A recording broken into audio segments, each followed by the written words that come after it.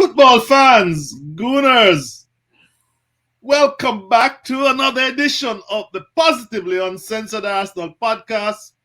I am your host, Shotta. Obvious if you look down on the bottom left of your screen. And my usual guest, co-host, Blackburn George, the arse blogger, living in the afterglow of an exciting last-minute victory over the old nemesis from the north. Right next to you, George, Manchester United. What a game it was! It was close, obviously, going down to the last minute. And but to come out with a victory there was very important. How are you feeling about that game, George?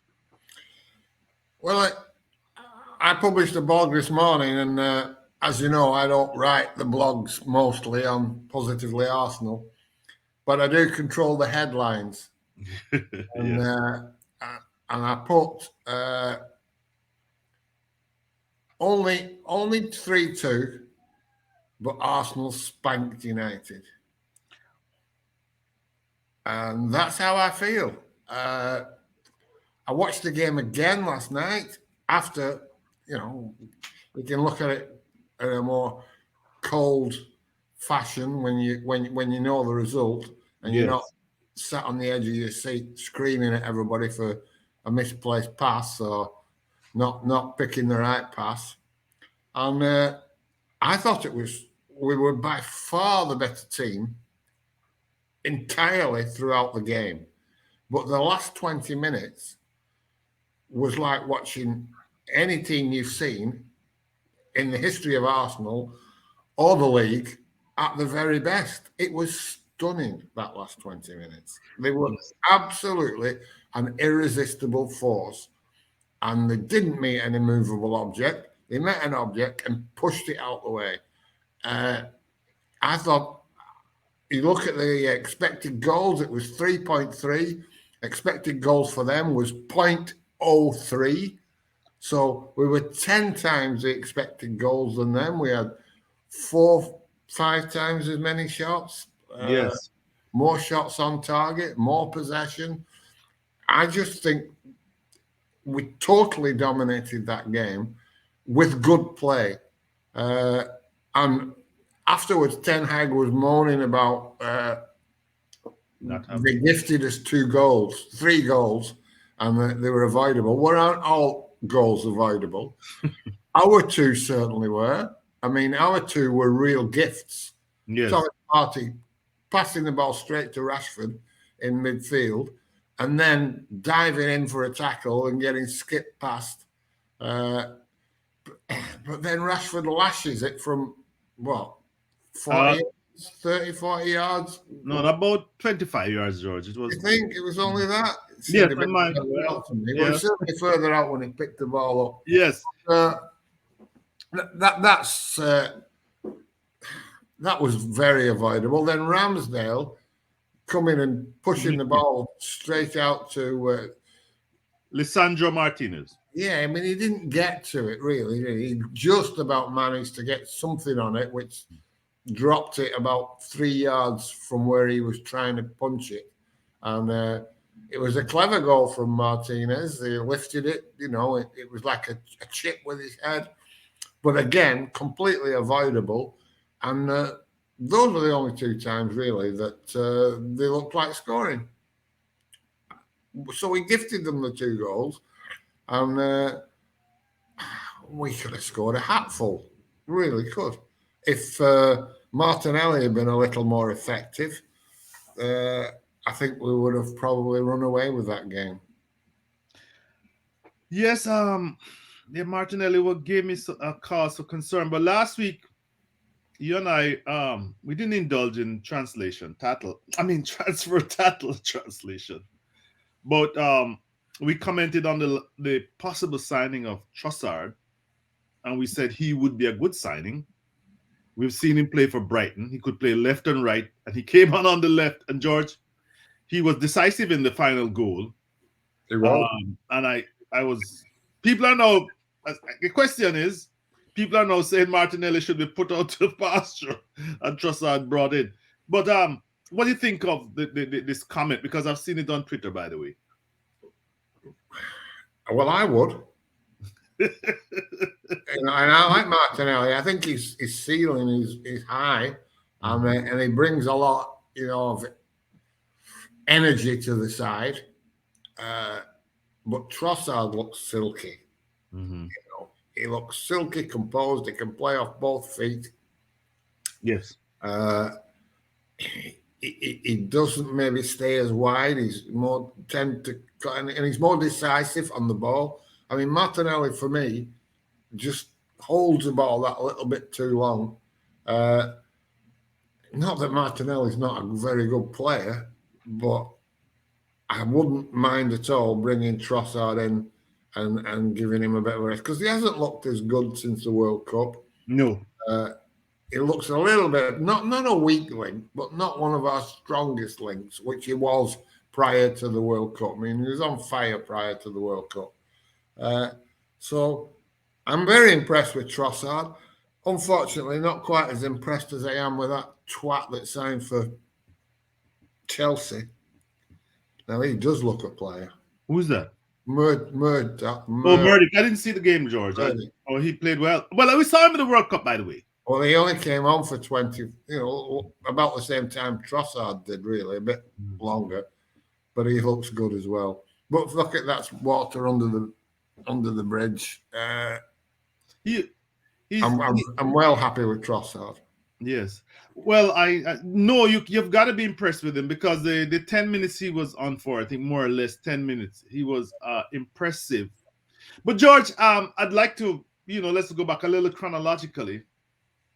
I think the game started, we were a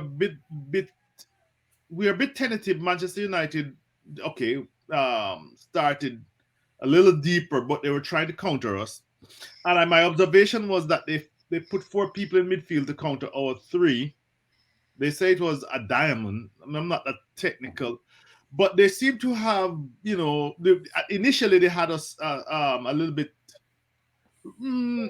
bogged down in midfield. But that turned, but the Ben White and Partey, made mistakes, allowed Rashford opportunities. And by the way, those opportunities did not come in the second half. And we paid the price. Yeah, well, we certainly paid the price for Partey's squandering of the ball midway in our own half. Mm-hmm. And it wasn't only on one occasion he did that. I mean, I think he's been playing really well recently, but yesterday wasn't an example of him at his best by any stretch. And yeah, Ben White seemed to struggle. And credit Arteta again. I'm sick of fucking saying it. Yes. But he saw it, he recognised it, and he took him off. Also, he were on a yellow card, so that might have come into the thinking a little bit. Yeah, because he had to foul Rashford. I mean, blatant. So we don't exactly. We don't know what percentage of it was because he was on a yellow card and what percentage of it was because he wanted him out the firing line. But he certainly made the right decision. We looked better with Tomasako. And that showed that side up, which was the only problem that we had in the first half. But they scored first. Eddie, from that short, it was a short corner. Yes, it was a short corner routine, and the cross came over and a header of all the things, George. But he planted it a high and away from the hair. But Eddie was a thorn in United's side for most of the game. Yeah, Eddie played well, but dreadful defending from United. Yeah, the boy, one Bissaka. Bissaka, I mean. Yeah, he was there ball watching it. I mean, he saw him there and he just let him ghost in past him and fortunately, but it was people say, "Oh, it was an easy." You've seen them missed, haven't you? let's be honest. Somebody, Gundogan, was playing for Manchester City the other day, and he missed one almost identical to that at the other post and skied it well over there. So they're not easy. They're not tap-ins. Although, as much as people would like to believe it was a tap-in, it wasn't. It was a powerful finish, well directed. He leapt well, controlled the ball. It's a great finish, and I thought he had a good game. Fortunately, the panic when Jesus got injured seems to have abated. And, it's surprising, eh? Yeah. Is it 7 and 8 or something? He's got something very, very good anyway. I think that that change of momentum in our favor. Obviously, when you equalize, George, it changes the game. But I don't think it changed it in our favor. I think that's just a perception of goals change games. It's like looking at the score 3-2. You think, oh, that was close. Well, it wasn't close for me. It was a fucking leathering. But we do tend to look at the score and think that must have been close because of the score. I mean, you see Manchester City sometimes win a game 1-0 and they have like 80% possession and 30 or 40 shots on goal, and you think that was a close game. Well, it wasn't a close game. But I understand what you're saying. But I just thought we were good from start to finish. I did. I didn't see... United had spells early in the foot where they were counter-attacking quite well. That's what they'd set up to do, and they have the players to do it. But we were on top. We weren't on top in an open way. It was a balanced performance. We looked solid. We were willing to. When we lost the ball, we were willing to drop back into shape, and it looked very solid. They couldn't play through us once we got in that shape. And this idea that we're an uber pressing team, well, we're not. We can do both. We can press. And what I like most is the fact that we do both very effectively now. When we press, we press. And when we drop into shape, it's immediate. There's no stragglers. Everybody's on the same page, the same wavelength, and we're good at both aspects of the game. We're tenacious. Nobody fucks with us. We won't get bullied. I thought Granit Xhaka again was fabulous yesterday. Fabulous. Yes. Xhaka was so good. Xhaka was on a different level. People have forgotten how good other people were. Granit Xhaka was brilliant. Martin Odegaard was excellent. Saliba, I thought, had a fabulous game. He was in control. He was, not just his defending, but he's playing out with the ball. Even Gabriel, he was a lot better on the ball than sometimes he has been. Shevchenko, fucking hell. Yes, he had a brilliant game. And the most touches of anybody in our team, playing from supposed to be left back, but he was all over the place. 30% of his time, he was in the other half of the other side of the fucking pitch. You know what struck me, George, is why City would let him go. I mean, that he was involved in 2 of those goals, in the build-up play for 2 of those goals. And you look at who they're playing instead. Yes. Nathan Ake. Yes, who is not as flexible. Yes, big and tall, and he's a decent player, but he's doesn't have the range of skills. No. Shevchenko, we've stolen a gem there, really. Yes, I said that at the time. Yes, I know you did. I know you were very convinced. Long before we signed him, I was pining for him. Why would City let him go? Anyway, George, I would like to, this is going to be a little theme of mine. This is going to be thrills and spills at the Emirates. And I want to talk about a little bit about what the spills, but I'm going to focus on the first half. The first half, United looked more threatening, in my opinion. And the second half, we turned it on. The thing, though, George, that I said before, they had 4 in midfield to counter our 3. But we And didn't have three in midfield. well, who we dropped in? Shevchenko was playing in midfield. Yes. Obviously, I that crossed my mind. That So yeah. their four was Zinchenko against is our coming. four. Yes. I remember. And, I in the could. second half, even Tomasako was for moving Uh, into midfield. yeah. Well, Not as effective as Shevchenko, but we weren't outnumbered in midfield. And fucking hell, Granit Xhaka, he seems so calm, and you get the ball and it always seems to make the right decision. If it needs passing backwards, he's happy to do it. If it's sideways, happy to do it. But if it can go forward, it goes forward. He never seems. I don't know what his passing stats were yesterday, but he never seemed to lose the ball at all. I could go over to Sofa Score to look, but it's gonna take a while. Don't worry about that, George. George, I am. I'm a little. But the reason why I brought this up is that I read the press, I listened to the pundits, and I shared that with you before we started. We think they are over the moon, and they don't. Nobody wants to make any other observation. This is football, typical football. When you lose, you're terrible. When you win, you're the greatest, especially now that you're set for the title. Jonathan Liu on Guardian says, "Oh, Arsenal is going to win the title." Never, he completely discounted Manchester United. And obviously, Ten Hag is going to speak up United.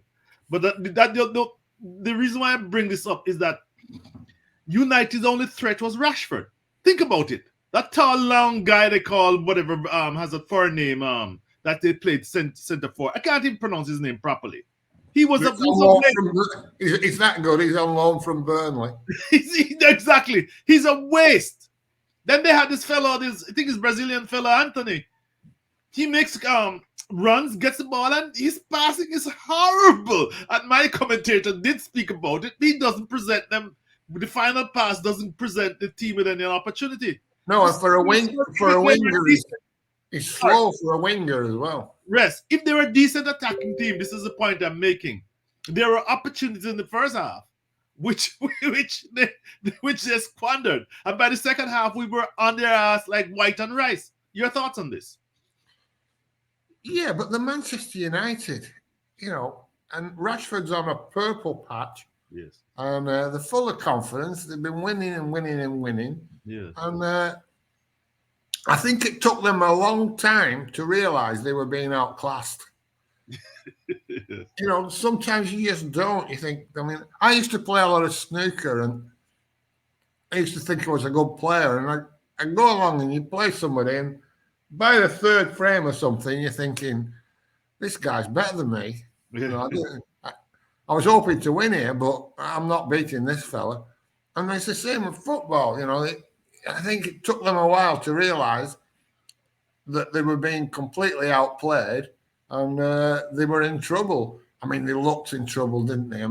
They really were like rabbits in the headlight in the last 20 minutes, which you can't give our team enough credit for. Mm-hmm. We've been pulled back to 2-2. That's deflating. It's normally, you think, oh, God, here we go again. Mm-hmm. There was none of that. Absolutely none of that. There was no fucking feeling sorry for themselves. There was no heads dropped. It was a renewal of energy. They kept doing the same things. And the patterns of play that I was critical of for 2 years, you see them now.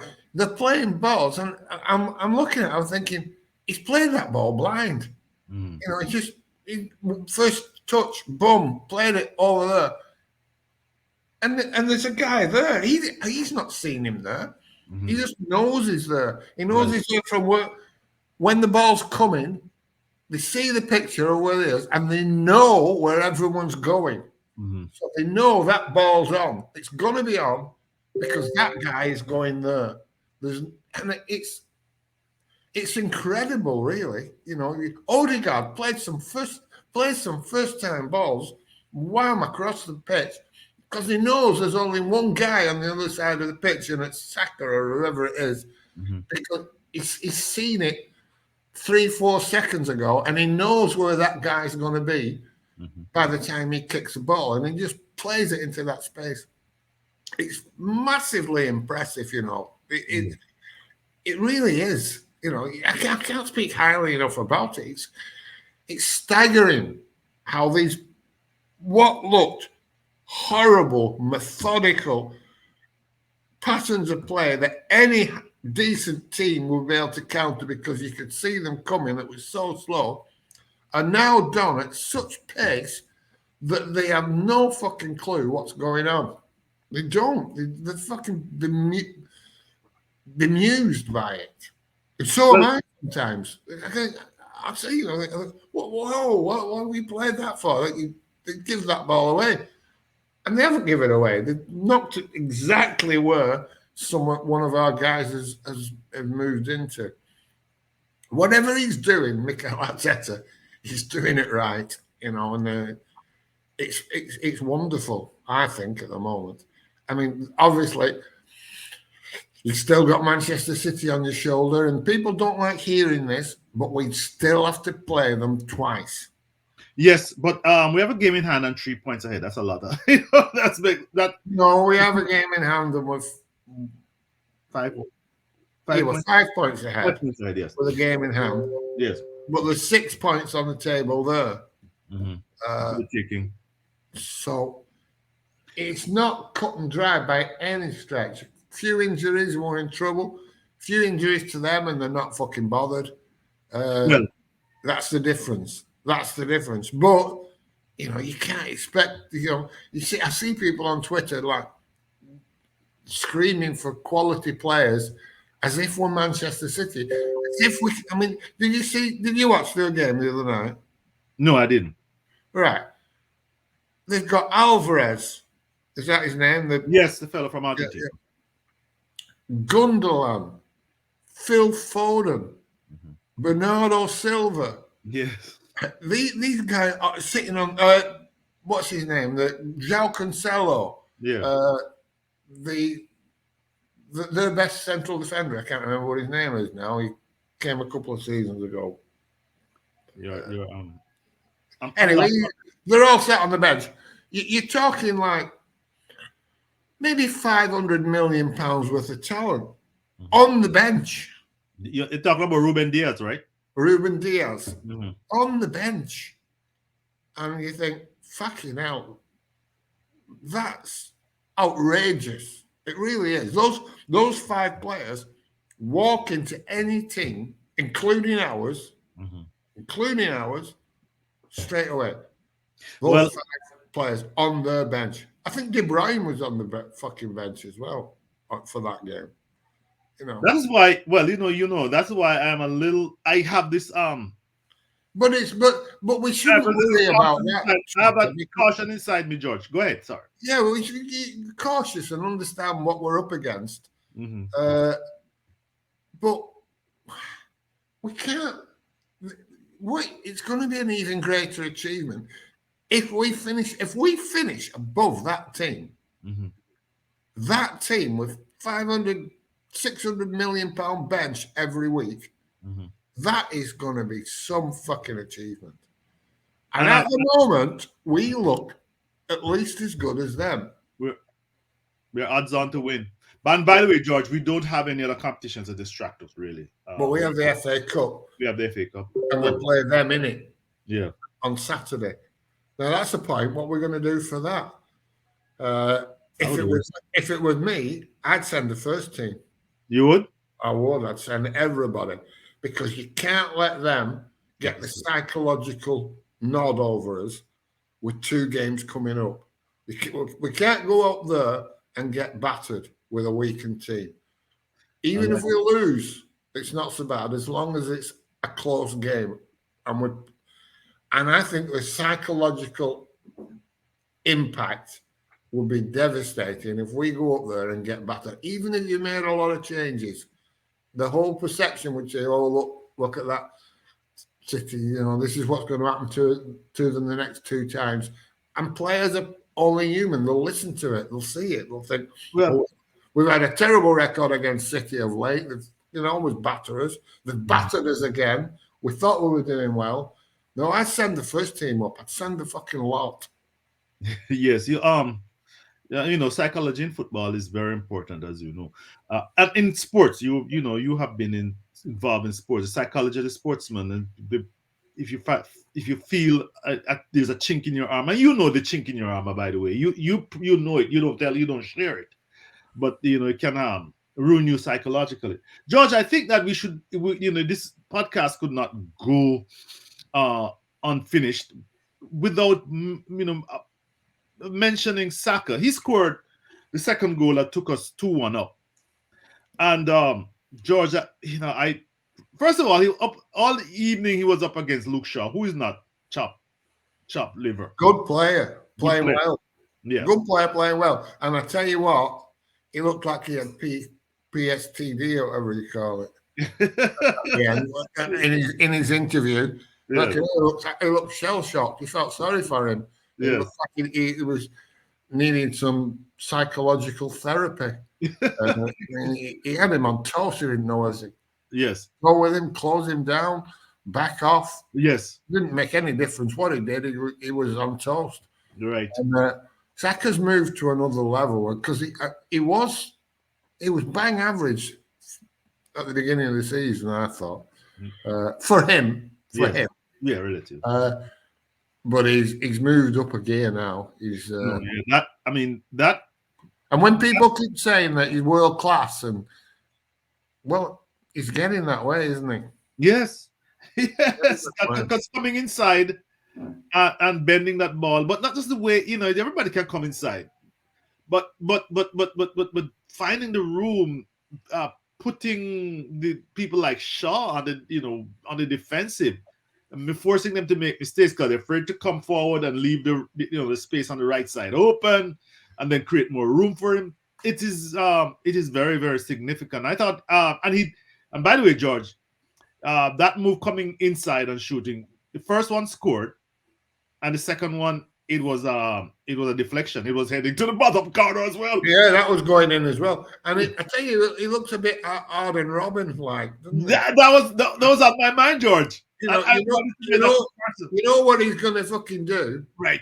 And he's just got that half a yard that he can make on seemingly anyone.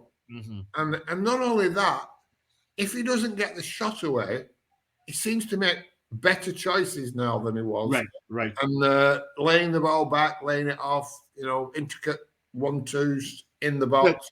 He looks a real threat every time he picks the ball up. It helps that you have Odegaard as his Odegaard. Yes, it helps. Well. Yes, he was twinkle toes himself, wasn't he, yesterday? Yeah. And you see, and that's another thing that you notice, or I noticed. You look at the play developing, and you see where Saka is, and he's hugging that touchline. You're right. He's really stretching the play. Yes, and that's why he's able to receive the ball in space. He doesn't get attracted to the ball. He waits patiently for it to come to him because you're thinking all the time, give it to Saka, give it to Saka. He's not coming for it. You see other players, they get a bit pissed off and then start wanting to get involved in the game. He holds his position. And that in itself is a strength because he must have faith in the system. Otherwise, he would move inside to become more involved in the game. Yes. Well, George, on that note, by the way, that is why I was a little concerned at the beginning when he had to be coming back to help Ben White because I don't like him. I mean, I know he can defend. He did play back for us or left back. Yeah, at times. Wing back. And I was a little concerned initially when he had to be helping, going back deep to help Ben White. But that improved, and by the second half, he was as you said, he was wide and high, and I love that. And coming inside. But I tell you what I thought was good. There was no drop off introducing Tomasako. Yes, right. than from having Ben White for the last 6 months there. If we forget how well he was doing last season, and that the only reason he was out the team, was injury. And if he's over that injury now, I think he's knocking on the door for a starting berth, despite how good Ben White's been. And Ben White's been brilliant. Yes, he has. He's been absolutely immense. But I think the Emperor would be knocking on the door for a starting berth. Yeah. I think he'll certainly start at the weekend up at Manchester. In Manchester. I will be. I think we should cover that game. We don't usually cover the cups, but I think it depends. If we throw a second 11 up there, I don't think it's worth watching. I'm not wasting the fans' time. But if it's a heavyweight contest, we should cover it and share our thoughts. George, let's do that because it's about time we had something to moan about. It's been all humming, hasn't it, for the last 6 months? Yes. We've lost one game, Shotta, and we were by far the better team in that game. Yeah, I recall that. George, a couple of comments from fans on Twitter. Our good friend Wengarula, how you doing? He says Zinchenko is a Duracell version of Granit Xhaka. Thoughts on that? I don't say that, but go on. You don't think so? No. Serbian Guna said Martinelli had a poor game, but he'll be back. Immense potential. And one of the reasons why Arsenal are 5 points clear at the top of the table. Never forget that. Yeah, fair enough. But, we've not bought Trossard for nothing, have we? Yes. I think we should use him. Maybe rest Martinelli. Get some, I don't know, sort of kickstart him. You can't leave Saka out, can you, at the moment? No. So if you're going to introduce Trossard, that's where he's going to play. You can't leave Eddie out. You're not going to put Trossard in the middle. Eddie's doing a sterling job. And it's all looking good. We've signed a new... I don't even know who this defender is that we've signed. Mm-hmm. I don't even know him. I saw the pictures of him on the screen, but they say how good he is, what position he plays, but it's strengthening. And we're probably, I'm fairly confident that we'll bring in another centre mid before the end of the window. You think so? Yeah, I think we will. Yeah. When the closes this week, 31st. Yeah, not long left, is there? 8 days left. Yes. I think we'll say. I think we probably need one. Not for Lukongo. Mikel seems to have lost faith in him. You bring in El Neni on in front of him, then he seems to have a problem with him.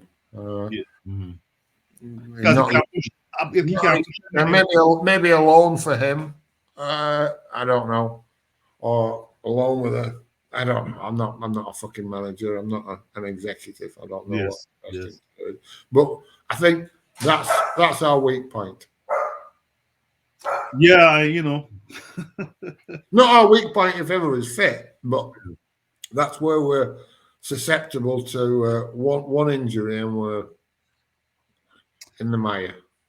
Well, fans, I think you've done enough nattering about this game. Thanks for your return of the support. We're a small podcast, yes, but thank you very much. George and I are grateful, and your very kind words on our return, and we hope you continue to listen to us, to like and subscribe. As you know, we're going to be back hopefully after the FA Cup. George, it's been a good one. Yeah. Spills and spills at the Emirates. Loved it. Right down to the very end. All the best to you, my friend, until we get back. Bye, everybody. Bye.